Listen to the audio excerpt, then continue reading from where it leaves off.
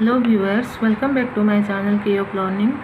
How are you? I hope you all are fine. Today we are going to discuss about the establishment of company rule in India, chapter number 9 of class 8 DAV.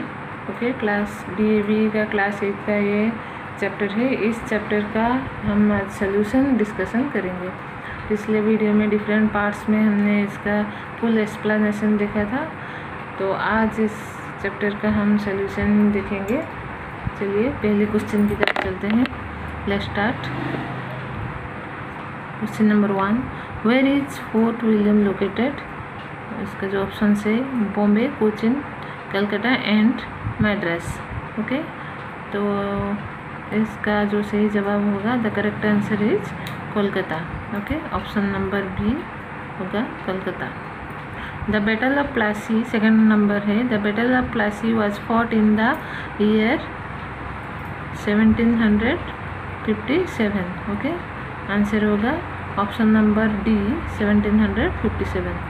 Third question की तरफ चलते हैं। Which ruler was killed in the fourth Anglo Mysore war? तो the right answer is option number D, Tipu Sultan. Okay, Tipu Sultan was killed in the fourth Anglo Mysore war. तो answer होगा B. Next question है, the first governor general of British India was option से Robert Clive, Lord Dalhousie, Warren Hastings and D है Lord Dalhousie. तो sorry Lord Wellesley. तो इसका जो सही जवाब होगा वो है Warren Hastings. Okay, the correct answer is Warren Hastings was the first governor general of British in India. Last question, in which battle Siraj-ud-Dawla was defeated by Robert Clive? तो answer होगा battle of Plassey. Battle of Plassey में जो कि Siraj-ud-Daulah defeated हुए थे Robert Clive से। Clear? Answer है C. तो ये था क्वेश्चन ए नंबर का, tick the correct option. Question B की तरफ चलते हैं। Fill in the blanks. First question B number का है, the second Carnatic war was fought from dash to dash. Okay, second Carnatic war चला था ये 1749 से लेकर 1754 तक। Okay, second question, Dash built small army units at presidency settlements. The right answer is Robert Clive. Okay, इसका जो जवाब है ये होगा Robert Clive. Clear? Okay, Robert Clive built small army units at presidency settlements. Third question, Dash was called back to France in disgrace. ये answer होगा Dupleix. Okay, the governor of French army. Okay, Dupleix was called back to France in disgrace. Question number 4, Dash means the right to collect land revenue. The right answer होगा दीवानी। दीवानी। Okay, Deewani means the right to collect land revenue. जो land revenue collect करते थे उसको ही दीवानी कहते थे। Last question, second Anglo Mysore war ended with the treaty of dash in 1784। तो 1784 जो treaty sign हुआ था, और उसके बाद जो सेकेंड एंग्लो मैसूर वार जो था वो एंड हुआ था। उस ट्रीटी का नाम है मैंगलोर। ठीक है,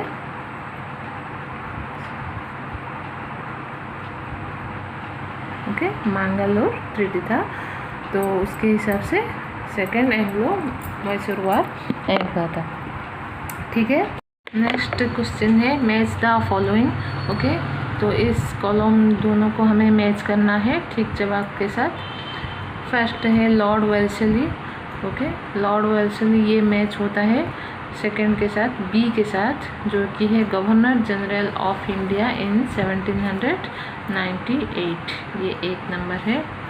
नेक्स्ट है tiger of Mysore. Tiger of Mysore पता है आपको, दो नंबर है टीपू सुल्तान। टीपू सुल्तान को टाइगर ऑफ मैसूर कहते थे।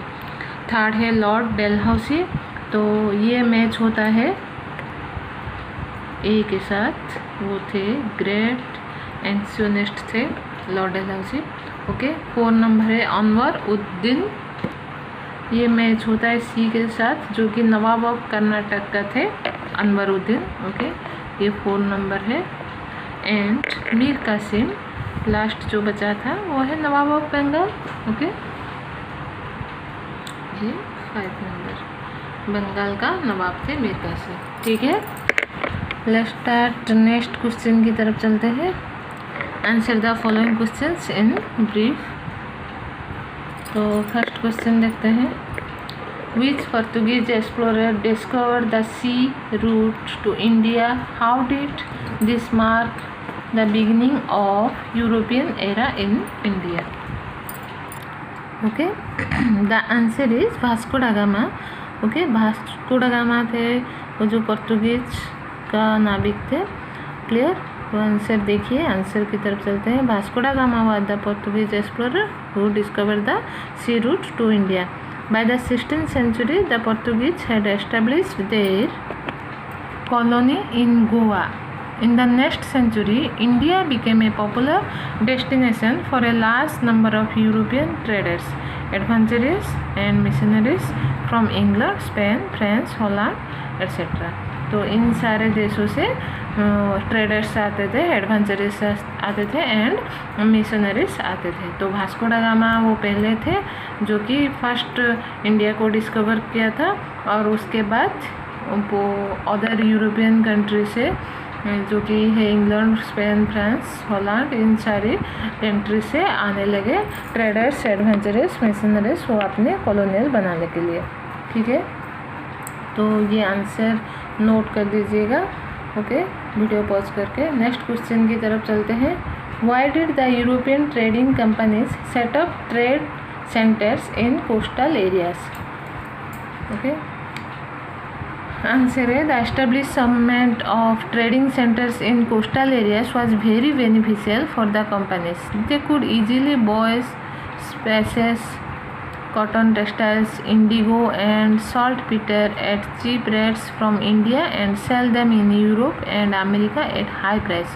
Also in those days there were no other routes except water routes. Hence the trading companies had no choice. तो उस समय जो ट्रेडिंग करने के लिए एकमात्र ही रास्ता था वो था सी। ओके, तो शिप से ही वो अपना जो इंपोर्ट एंड एक्सपोर्ट करते थे, इसीलिए वो ट्रेडिंग के लिए कोस्टल एरिया ही चुनते थे, क्योंकि कोस्टल एरिया चुनने के पास ही अगर वो अपना ट्रेडिंग, अपना जो मिशनरीज वो फैलाएंगे तो कॉटन, स्पाइसेस, जो मसाले वगैरह, टेक्सटाइल, इंडिगो, सॉल्ट पीटर, ये सारे जो वो एक्सपोर्ट करते थे उसको लेने में आसानी होगा, लेने देने में। ओके, इंपोर्ट एक्सपोर्ट करने में आसान होगा, इसीलिए यूरोपियन ट्रेडिंग कंपनीज अपने ट्रेडिंग के लिए वो कोस्टल एरिया को चुनते थे। ओके, नेक्स्ट क्वेश्चन की तरफ चलते हैं। Explain the policy of divide and rule adopted by the British. What was its impact on the Indian princes? Okay, जो divide and rule policy Britisher ने जो बनाए थे उसके बारे में हमें एक्सप्लेन करना है, और ये जो रूल बना था इसका इम्पैक्ट इंडियन प्रिंसेस के ऊपर क्या पड़ा था उसके बारे में डिस्कशन करेंगे। The answer is the Indian rules often fought with one another on some issue और the other. The East India Company established friendly relations with the local princes to get more profits. The Indian rulers sought the help of the English military to settle their internal rivalries among the Indian rules. The British introduced the policy of divide and rule. As a result, the Indian princes became more puppets in the hands of the English. तो divide and rule ये जो policy, इसको introduce करने का एकमात्र ही उनका ये जो टारगेट था ब्रिटिशर का कि वो इंडियन प्रिंसेस को अपने पॉपेट बनाए, अपनी कठपुतली बनाए। कठपुतली बनाने के लिए उसने ब्रिटिशर ने ये रूल बनाया था, डिवाइड एंड रूल, मतलब फूट डालो और राज करो। उन सब प्रिंसेस के बीच में ऐसे ही युद्ध और झगड़ा उन सारे प्रिंसेस के बीच में, इंडियन प्रिंसेस के बीच में लगा देते थे। और उसको प्रोटेक्ट करने के लिए, मतलब उस प्रिंसेस को प्रोटेक्ट करने के लिए वो अपने मिलिट्री फोर्स बनाते हैं। मिलिट्री फोर्स बनाकर उनकी हेल्प के लिए, प्रिंसेस के हेल्प के लिए देते थे। और इसी तरह से अपने हाथ में वो जो प्रिंसेस का जो एरिया था, उस प्रिंसेस को एरिया को अपने हाथ में ले जाते थे। मतलब जो कि इंडियन रूलर्स थे उनके बीच में थे, उनके बीच में ऐसे ही बहुत सारे इशूज़ होते थे। अपनी जगह को एक्सपांड करने के लिए, अपनी पावर को दिखाने के लिए उन सारी प्रिंसेस के बीच में झगड़ा होते थे। और उस झगड़े को सुलझाने के लिए, उस प्रिंसेस को साथ देने के लिए अगर कोई चाहे तो अपना military force, English east India company अपना मिलिट्री फोर्स उस प्रिंसेस को हेल्प के तौर पे देता था। और उसके बदले में वो अपना जो पावर है, अपना सब कुछ इंग्लिश ईस्ट इंडिया कंपनी को दे देते हैं। और इस तरह से वो पॉपेट बन जाते थे। ठीक है, क्वेश्चन नंबर 4 की तरफ चलते हैं। Describe the causes and the consequences of first Carnatic war. First Carnatic war का कॉजेस एंड कॉन्सिक्वेंसेस हमें बताना है। Okay, the answer is the first Carnatic war was the result of Austrian succession war that took place in 1740 between Austria and Prussia. Okay, तो ये इसका जो result है, Austrian succession जो वार हुआ था 1740 को ऑस्ट्रिया एंड प्रूसिया के बीच में ये हुआ था यूरोपियन कंट्रीज़ में। तो इसका प्रभाव पड़ा था फर्स्ट कर्नाटिक वार के ऊपर। ओके, फर्स्ट कर्नाटिक वार जो है ये इंडिया में हुआ था, बट जो ऑस्ट्रियन सक्सेशन वार ये हुआ था यूरोपियन कंट्रीज़ के बीच में, जो कि है ऑस्ट्रिया एंड प्रूसिया दोनों साइड में थे। और उनके सपोर्टर्स में जो कि England and France opposite team में थे। तो England and France enter opposite sides in this war. Clear, जो कि मैंने अब बताया। Commander बर्नेट, the British naval officer, arrived into India with troops, but the French proposed peace with British. The Nawab of Carnatic, Anwar Uddin, also ordered that there should not be any war. So Commander Burnett returned to England, but Dupleix did not keep his promise and attacked Madras and occupied it. Okay, तो उस समय जो Austrian Prussian वार हुआ था, Austrian succession वार, उस वार की जो impact पड़ा था इंडिया में, और तो उसके हिसाब से इंग्लैंड एंड फ्रांस के बीच में फर्स्ट कर्नाटिक वार बना था। तो इस पहले क्या हुआ था, ब्रिटिश के जो कमांडर नवल थे, कमांडर बर्नेट, वो इंडिया आए थे अपने सोल्जर को लेके, अपने ट्रूप को लेकर। और फ्रांस उस वक्त पीस चाहता था, और फ्रांस का कहा कि ब्रिटिश को अपनी फोर्स ले जाने के लिए। तो नवाब ऑफ कर्नाटिक जो थे अनवरुद्दीन, वो भी चाहते थे कि उनके इलाके में कोई झगड़ा ना हो। तो वो भी कहते थे कि इस वार को बंद करने के लिए उसने ऑर्डर दिया था। सो कमांडर बर्नेट तो जो थे वो इंग्लैंड लौट गए थे, but Dupleix did not keep his promise and attack Madras and occupied it. The British complain to the nawab, he declare war against the France. जो कि डुप्लेक्स जो पीस चाहता था, जो ब्रिटिशर के साथ पीस करने के लिए कहा था, लेकिन उसने अपना प्रॉमिस नहीं रखा। और उसकी वजह से क्या हुआ, उसने मैड्रास को अटैक कर दिया। कौन? फ्रांस। ओके, फ्रांस मैड्रास को अटैक कर दिया अपना प्रॉमिस तोड़कर, एंड उसको ऑक्युपाई कर लिया, जो कि ब्रिटिश के अंडर में, ब्रिटिश के कब्जे में था। तो इसकी वजह से ब्रिटिश गुस्सा आ गया। उसने नवाब को कंप्लेन किया कि आपकी वजह से आपकी ऑर्डर की वजह से हमने अटैक नहीं किया फ्रांस के ऊपर, तो देखो उसने अपना प्रॉमिस तोड़ दिया डुप्लेक्स ने, और हमारे ऊपर मैड्रास के हमारा इलाका जो था उसने अपने कब्जे में ले लिया। ये बोलकर उसने भी फ्रांस के ऊपर वार डिक्लेयर कर लिया। He declare war against the France. The battle took place in 1746। In this battle, Anwaruddin was defeated by the France. The Austrian Succession War came to an end in 1748. The power of France weakened in India also. France was forced to sign a treaty and hand over Madras back to England. Clear? तो इस battle में जो कि Anwaruddin defeat हो गए France के द्वारा। Okay, France इस युद्ध में तो जीत गया। 1746 को ये बैटल हुआ था, बट जो कि ऑस्ट्रियन सक्सेशन वार था, उस वार में फ्रांस जो कि जिस साइड में था फ्रांस, उसका उस साइड का क्या हुआ, वीक हो गया। उस साइड में वो हार गया, इसीलिए इंडिया में भी उसका पावर कम हो गया। ओके, ये युद्ध तो जीत गया, फर्स्ट कर्नाटिक वार फ्रांस तो जीत गया, लेकिन धीरे धीरे वो वीक हो गया, क्योंकि जिस साइड में वो था ऑस्ट्रियन सक्सेशन वार में, उस साइड डिफेक्ट हो गया। ओके, तो इसी वजह से फ्रांस फोर्स जो थे एक ट्रीटी साइन करना पड़ा, और उस ट्रीटी के ज़रिए मैड्रास को वापस इंग्लैंड को देना पड़ा। ये था फर्स्ट कर्नाटिक वार का रिजल्ट। नेक्स्ट क्वेश्चन की तरफ चलते हैं। ओके, लास्ट क्वेश्चन इस नंबर का, how did the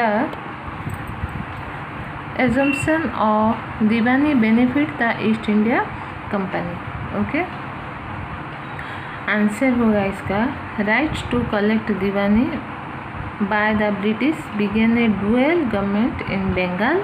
The Nawab looked after the administration and the company controlled the army, the judiciary and the revenue collection of Bengal.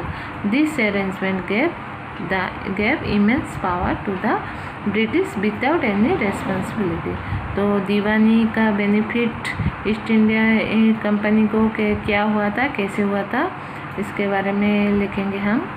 Okay, तो दीवानी के नियम के हिसाब से जो कि इंडिया में मतलब बंगाल में डुअल गवर्नमेंट का हम सिस्टम बनाया, तो इस डुअल गवर्नमेंट सिस्टम के तौर पर nawab looked after the administration, Bengal का जो नवाब था वो एडमिनिस्ट्रेशन देखेंगे, एंड कंपनी वो जो army and judiciary and revenue collection करेगा, उस सिस्टम को कंट्रोल करेगा।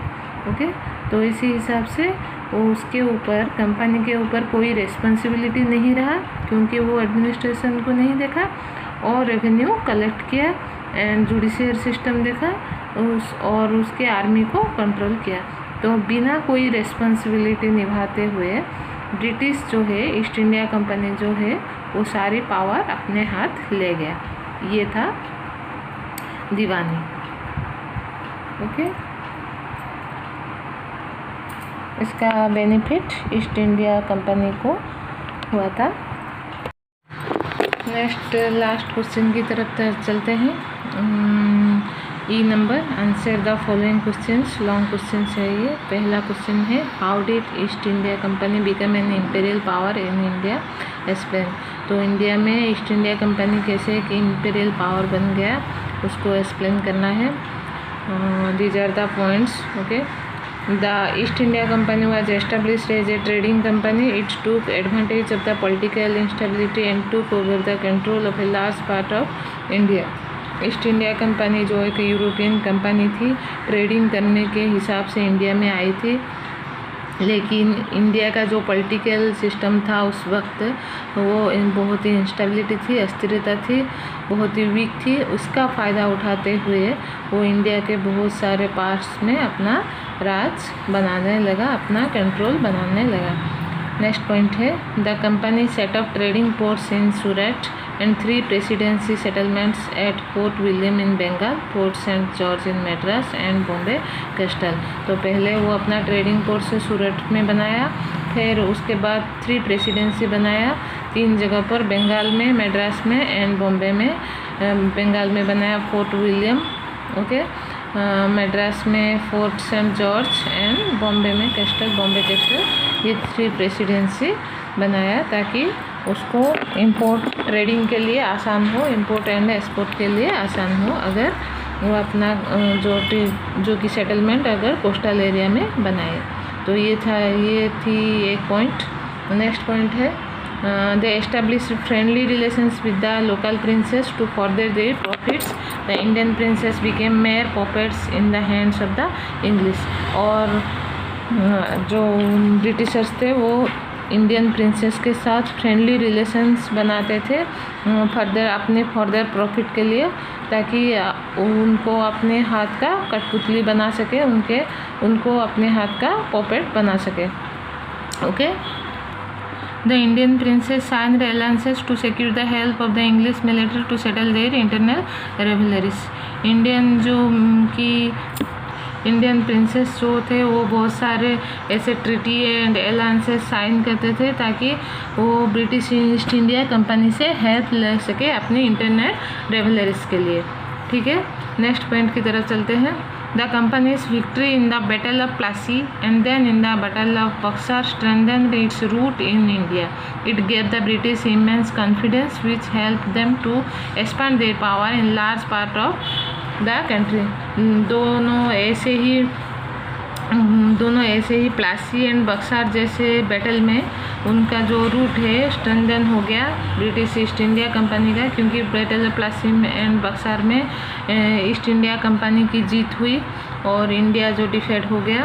ओके, इसी वजह से उनका जो रूट है इंडिया में स्ट्रॉन्ग हो गया and it given British immense confidence which help them to expand their power okay in a large part of country. Next point की तरफ चलते हैं। In 1765 the British got the right to collect Diwani in Bengal. This arrangement allowed the company to use vast revenue resources of Bengal. ये एक important point है and last point है। बंगाल में वो जो दीवानी कलेक्ट किया उसी वजह से 1765 को ये लागू हुआ बंगाल में। तो इसी दीवानी कलेक्शन की वजह से बंगाल में उनका जो पावर है वो स्ट्रॉन्ग हो गया, क्योंकि वो रेवेन्यू कलेक्शन करने लगे और धीरे धीरे बंगाल जो है ब्रिटिश ईस्ट इंडिया कंपनी के हाथ में आ गया, सारा पावर उनके हाथ में आ गया। ओके, तो ये था कुछ इम्पोर्टेंट पॉइंट्स जो कि ईस्ट इंडिया कंपनी इंडिया में एक इम्पेरियल पावर बनाने के लिए। Okay, these are the most important points. Next question की तरफ चलते हैं। Second question is what is meant by dual government, how did it lead to public suffering. Dual government क्या है और उसी वजह से पब्लिक कैसे सफरिंग हुए उसके बारे में हमें एक्सप्लेन करना है। The answer is dual government began in Bengal when the British got the right to collect Diwani. Okay, under this system the Nawab looked after the administration and the company controlled the army, the judiciary and the revenue collection of Bengal. This arrangement gave immense power to the British without any responsibility. Okay, subsequently suffering of the general public started. Thousands of people died in Bengal famine in 1770, but the company did not help the victims and the Nawab did not have the resources. Okay, तो dual government जो बंगाल में start हुआ east India Company ने जो बनाया।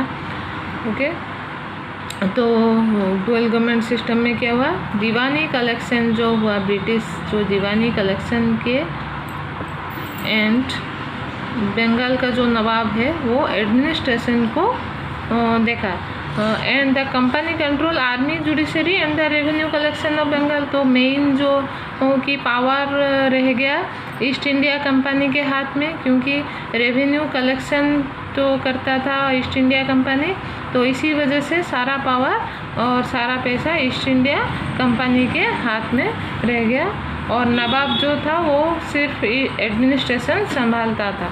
Okay, तो इसीलिए नवाब बंगाल का नवाब वीक हो गया, उनके पास कोई ऐसे रिसोर्सेस नहीं रहा and the revenue collection of Bengal किया ईस्ट इंडिया कंपनी ने, आर्मी को भी संभाला ईस्ट इंडिया कंपनी ने, जुडिशरी सिस्टम भी ईस्ट इंडिया कंपनी के हाथ में रहा।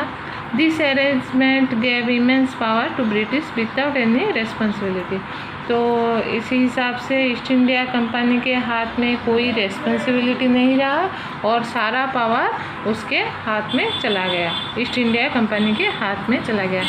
बंगाल का जो नवाब था वो रेस्पॉन्सिबिलिटी संभालता रहा और उसके हाथ में कोई ऐसे पावर नहीं रहा, कोई ऐसा रिसोर्स नहीं रहा। उसकी वजह से बंगाल का जो पीपुल है, okay, thousands of people died हो गए। ओके, जो बंगाल फेमिनी 1770 में हुआ था, उसी वजह से बहुत सारे लोग मारे गए और उसको जो उसके लिए जो रिसोर्सेस ईस्ट इंडिया कंपनी के पास सारे रिसोर्सेस होते हुए वो बंगाल माने उसकी कोई हेल्प नहीं की। जो बंगाल फेमिन हुआ उसके लिए कोई रिसोर्सेस की हेल्प नहीं की और नवाब के पास ऐसे कोई रिसोर्स नहीं था। उसी वजह से जो जनरल पीपल थे वो बहुत सफ़र हुए, पब्लिक थे वो बहुत सफ़र हुए। ये था बंगाल का dual government system. Next question है 3rd number. The battle of Buxar was a turning point in India. Give arguments to support the statement. The answer is the Battle of Buxar was very important in the history of India. The East India Company's victory in this battle established British colonial rule in Bengal Presidency and subsequent expansion of British control all over India. The battle was beneficial for the expansion of the power of the East India Company. It gained the rule and the Diwani, the right to collect the revenue from Bengal, which included Bihar, Orissa. Okay. So Indian history में battle of Buxar एक बहुत ही important battle है। Okay, ये 1764 को हुआ था। उसकी एक तरफ था east India company, British East India company, जो कि मेजर हेक्टर मोनर के लीड में था, एंड दूसरी तरफ था 3 किंग्स थे इंडियन कंट्री के। एक था मीर कासिम का आर्मी, बंगाल का जो नवाब था, एंड दूसरा था Mughal emperor Shah Alam II and Nawab of Awadh का था शुजा-उद-दौला। तो ये 3 मिलकर ब्रिटिश ईस्ट इंडिया कंपनी के एगेंस्ट में लड़े थे। Okay, so the battle was beneficial for the expansion. इस बैटल में ईस्ट इंडिया कंपनी का जीत हुआ था और इसीलिए ये बेनिफिशियल रहा for the East India Company to extend their power. It gain the rule and the Diwani right to collect the revenue from Bengal और which included Bihar and Orissa. ये तो इसी वजह से बक्सर युद्ध में ईस्ट इंडिया कंपनी की जीत हुई और उसने बंगाल में दीवानी कलेक्ट किया और डुअल गवर्नमेंट सिस्टम का प्रचलन किया और उसके साथ साथ बिहार एंड उड़ीसा इंक्लूड था। तो इसी वजह से वो अपना जो पावर है इंडिया में एक्सटेंड किया। तो ये था एक turning point battle of Buxar की वजह से इंडिया में उसका जो पावर ईस्ट इंडिया कंपनी का स्ट्रॉन्ग होते गया। नेक्स्ट क्वेश्चन की तरफ चलते हैं। What was the importance of the battle of Plassey. Battle of Plassey के बारे में हमें बताना है।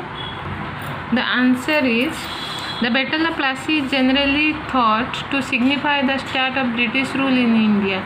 It was fought between the forces of East India Company under Robert Clive and the army of Siraj-ud-Dowla at Plassey between Calcutta and Murshidabad. Mirzapur, who wanted to become the Nawab, bribed Indian soldiers to throw away their weapons. Clive easily won the battle. The British consolidated their position in Bengal by making Mirzapur the Nawab of Bengal. He gifted large sums of money and 24 parganas of Bengal to the British. तो battle of Plassey जो था, इसी युद्ध की वजह से ही India में British rule का स्टार्ट हुआ। ओके, ये पहला युद्ध था, पहला बैटल था जो कि British East India and India के बीच में एक युद्ध था, जिसकी वजह से उनकी जो ब्रिटिश ईस्ट इंडिया कंपनी की गेट खुल गई इंडिया में राज करने के लिए। तो ये युद्ध हुआ था। रॉबर्ट क्लाइव जो कि ईस्ट इंडिया कंपनी को लीड कर रहा था, एंड सिराजुद्दौला जो कि बंगाल का नवाब था, इन दोनों के बीच में हुआ था प्लासी के नाम की एक प्लेस पर, जो कि कलकत्ता एंड मुर्शिदाबाद के बीच में है। ओके, लेकिन ये जो युद्ध है, इस युद्ध में मिर्ज़ाफ़र जो कि मिर्ज़ाफ़र ने मीर कासिम को धोखा दे दिया। वो ईस्ट इंडिया कंपनी के साइड में हो गया, क्योंकि वो मिर्ज़ाफ़र बंगाल का नवाब बनना चाहता था। इसीलिए कोई युद्ध स्टार्ट होने से पहले ही वो जो कि बंगाल के नवाब के जो सोल्जर्स थे उनको हथियार डाल देने को कह दिया, और उसी वजह से लॉर्ड क्लाइव बिना युद्ध किए ही इजीली वो बैटल जीत गया। And British consolidated their position Bengal by making Mir Jafar the Nawab of Bengal. He gifted large sums of money and 24 Parganas of Bengal to the British. तो उसने मिर्ज़ाफ़र को ईस्ट इंडिया कंपनी ने बंगाल का नवाब बना दिया और उसका पपेट भी बना दिया। ईस्ट इंडिया कंपनी मिर्ज़ाफ़र को अपना पपेट बना दिया। उसने गिफ्ट के तौर पर ईस्ट इंडिया कंपनी को बहुत सारे पैसे दिए, 24 परगनास दिए। ओके, ये था 4 नंबर का answer, the result of battle of Plassey. Okay, value based question की तरफ चलते हैं। ओके, देखते हैं। The battle of Plassey was fought between the forces of East India Company lead by the Robert Clive and Siraj-ud-Daulah the Nawab of Bengal Mir Jafar. The commander-in-chief wanted to become the Nawab, bribed Indian soldiers to throw away their weapons. As a result, Robert Clive won the battle. Mir Jafar was made the Nawab of Bengal. ये था एक point. तो इसी हिसाब से question क्या आता है, देखते हैं। What was the main reason for the defeat of Siraj-ud-Daulah at the battle of Plassey? तो ये तो क्लियर हो गया। ओके, मैंने अभी ई नंबर क्वेश्चन का लास्ट क्वेश्चन था, what was the importance of battle of Plassey में हमने पढ़ा अभी। ओके, तो हमें बताना है कि सिराजुद्दौला डिफीट होने का मेन रीज़न क्या है। तो the Indian soldier took bribe and threw away their weapons, as a result Siraj-ud-Daulah was defeated by Robert Clive. तो इसका आंसर ये होगा कि इंडियन सोल्जर्स जो थे वो मिर्ज़ाफ़र के कहने से जो अपना वेपन्स फेंक दिया। ओके, तो इसी वजह से सिराजुद्दौला डिफीट हो गया और रॉबर्ट क्लाइव जीत गया। Next question, if you would have been in place of Mir Jafar what would you have done and why? तो अगर आप मिर्ज़ाफ़र की जगह में होते तो आप क्या करते? If I were in place of Mirzafar, I did not adopt this unfair means to fulfill my selfish motive. Mirzafar was an Indian citizen, though he was a commander-in-chief also. He should be sincere and honest to our job and duty.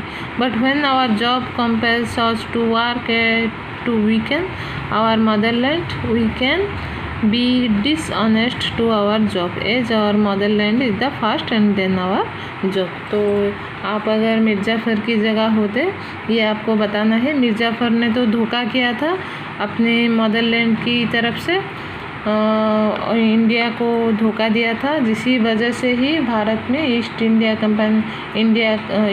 Company का प्रवेश हो गया और धीरे धीरे British rule का शासन आरंभ हो गया मिर्ज़ाफ़र की धोखेबाज की वजह से। तो आपको ऐसा नहीं करना चाहिए, किसी भी काम में धोखेबाजी नहीं करना चाहिए, अपनी जॉब को ऑनेस्टली अपनी ड्यूटी को निभाना चाहिए। क्लियर?